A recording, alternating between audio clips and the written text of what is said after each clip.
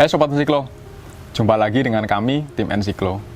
Pada video kali ini, saya akan berbagi kepada teman-teman semua tentang lebah trigona atau sering disebut dengan lebah kelanceng atau klulut, nama lainnya, yang bisa diaplikasikan sebagai polinator atau agen penyerbuk di lahan pertanian. Penggunaan lebah trigona atau lebah kelanceng ini sebagai polinator lahan pertanian kami bisa menyebutnya cukup efektif karena kami di sini sudah membuktikannya melalui pengamatan yang kami lakukan di pekarangan kami sendiri. Kalau dari beberapa riset yang dilakukan oleh pihak lain, memang sudah menunjukkan bukti-bukti bahwa ada kenaikan produktivitas yang cukup signifikan terhadap tanaman yang dibudidayakan ketika di pekarangan atau di lahan tersebut ada polinator. Nah, di pekarangan kami misalkan ketika kami menanam cabai, keberadaan lebah kelanceng ini sangat membantu sekali pada proses penyerbukan bunga tanaman cabai. Bahkan pengamatan dari tim kami ketika kami menanam cabai di pekarangan dan keberadaan lebah kelanceng di sekitar pekarangan kami ini, dia sangat membantu pada proses penyerbukan. Hampir seluruh bunga yang ada pada tanaman cabai yang kami amati, dia mengalami penyerbukan secara sempurna sehingga pembentukan bakal buah juga terjadi secara sempurna.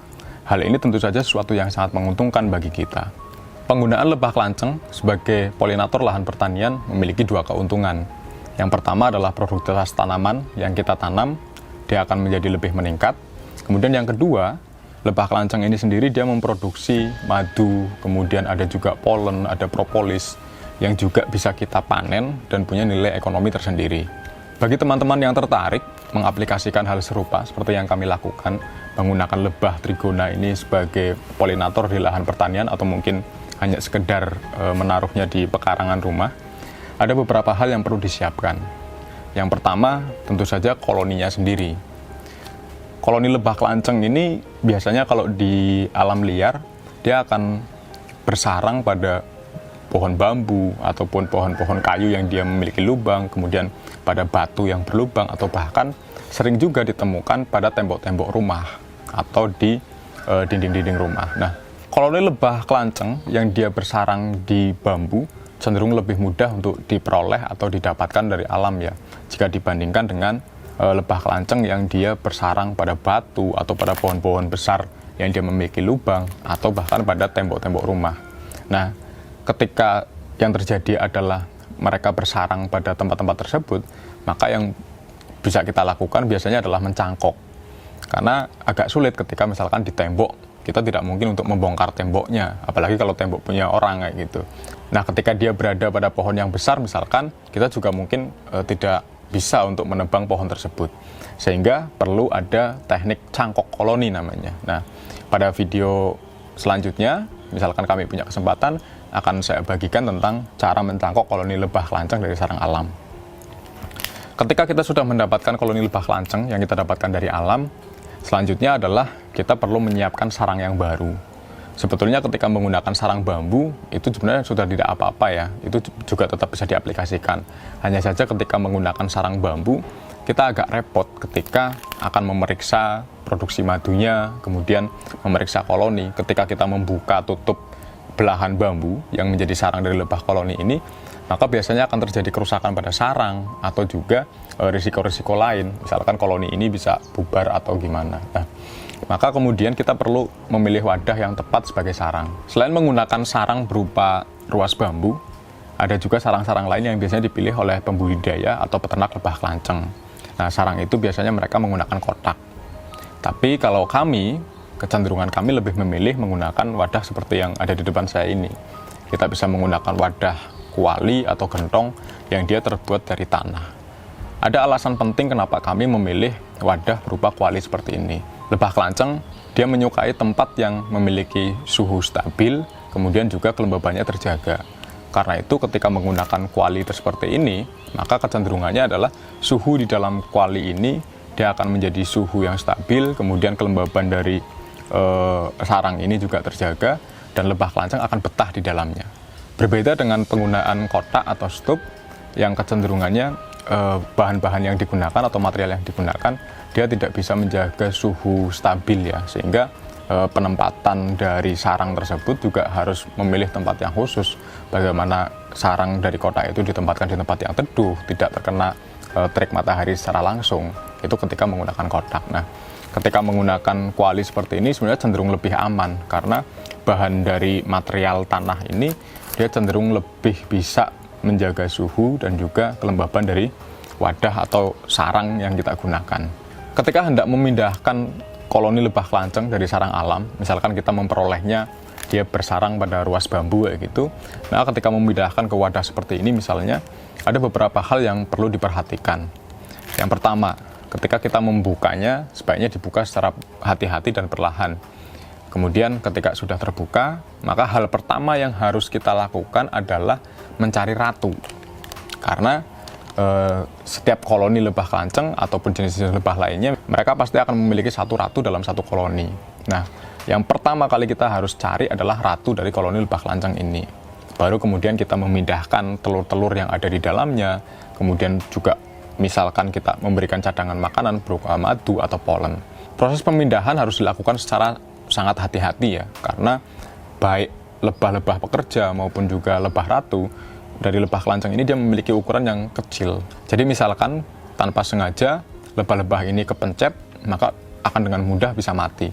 Nah, misalkan menjadi sebuah kerugian sendiri adalah ketika tidak sengaja lebah ratunya yang kepencet ketika kita memindahkan koloni ini ke wadah yang baru, maka itu adalah sebuah kerugian sendiri. Ketika lebah ratu mati, maka koloni kemungkinan akan bubar.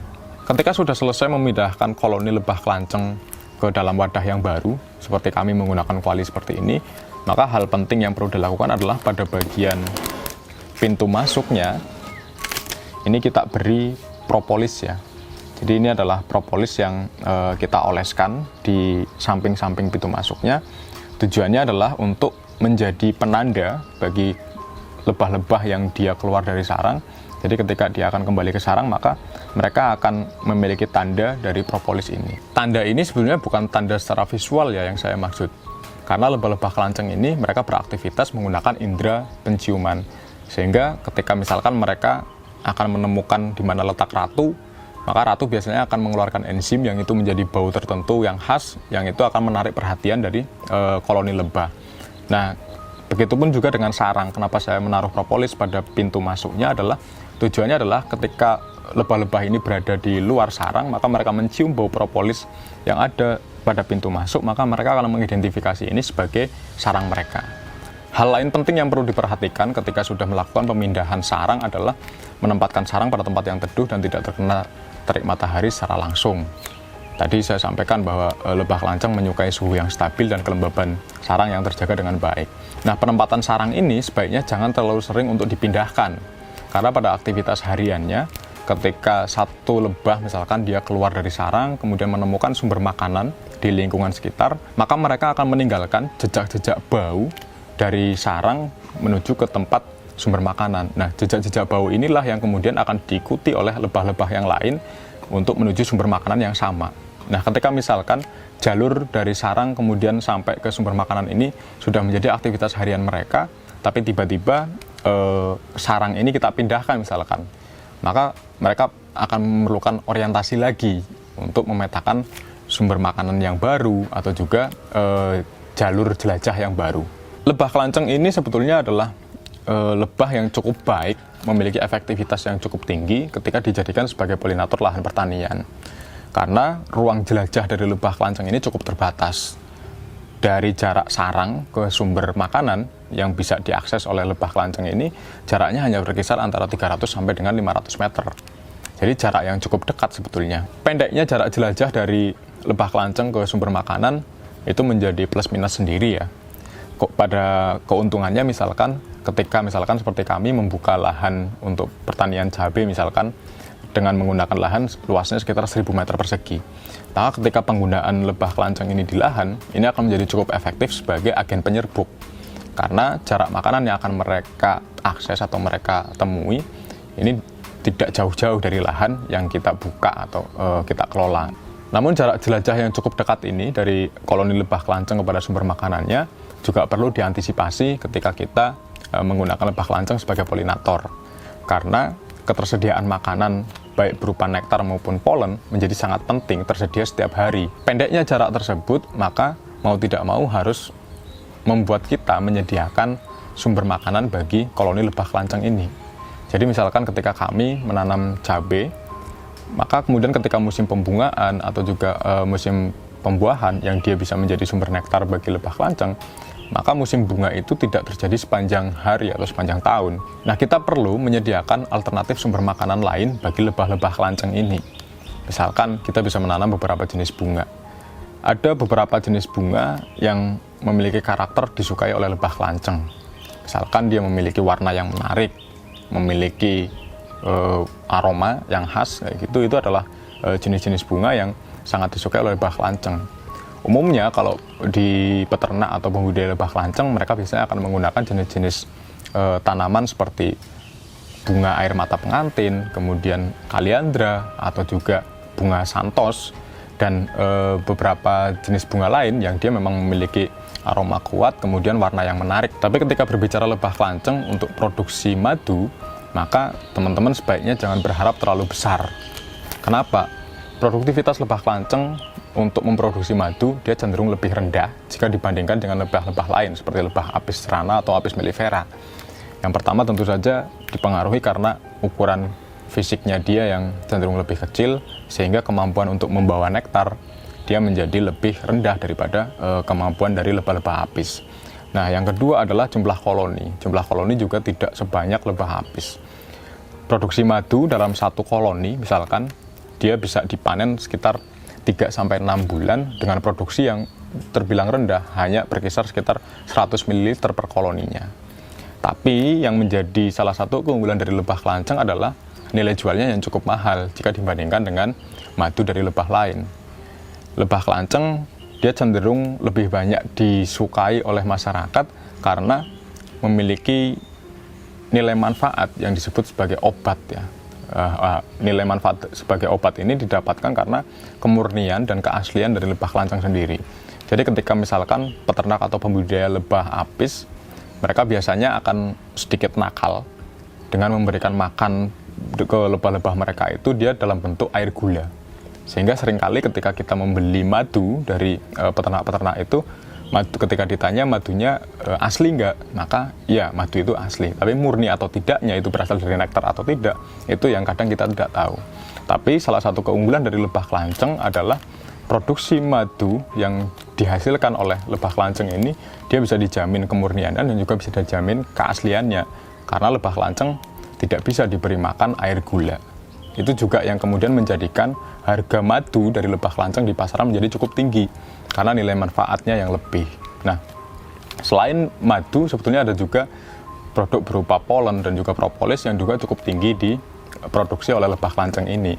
Hanya saja memang teknologi untuk pengolahan produk-produk tersebut seringkali tidak bisa kita dapatkan dengan mudah ya, sehingga biasanya mau nggak mau kita harus berikan ke penampung misalkan atau ke pengepul mereka yang punya teknik pengolahan terhadap produk-produk tersebut.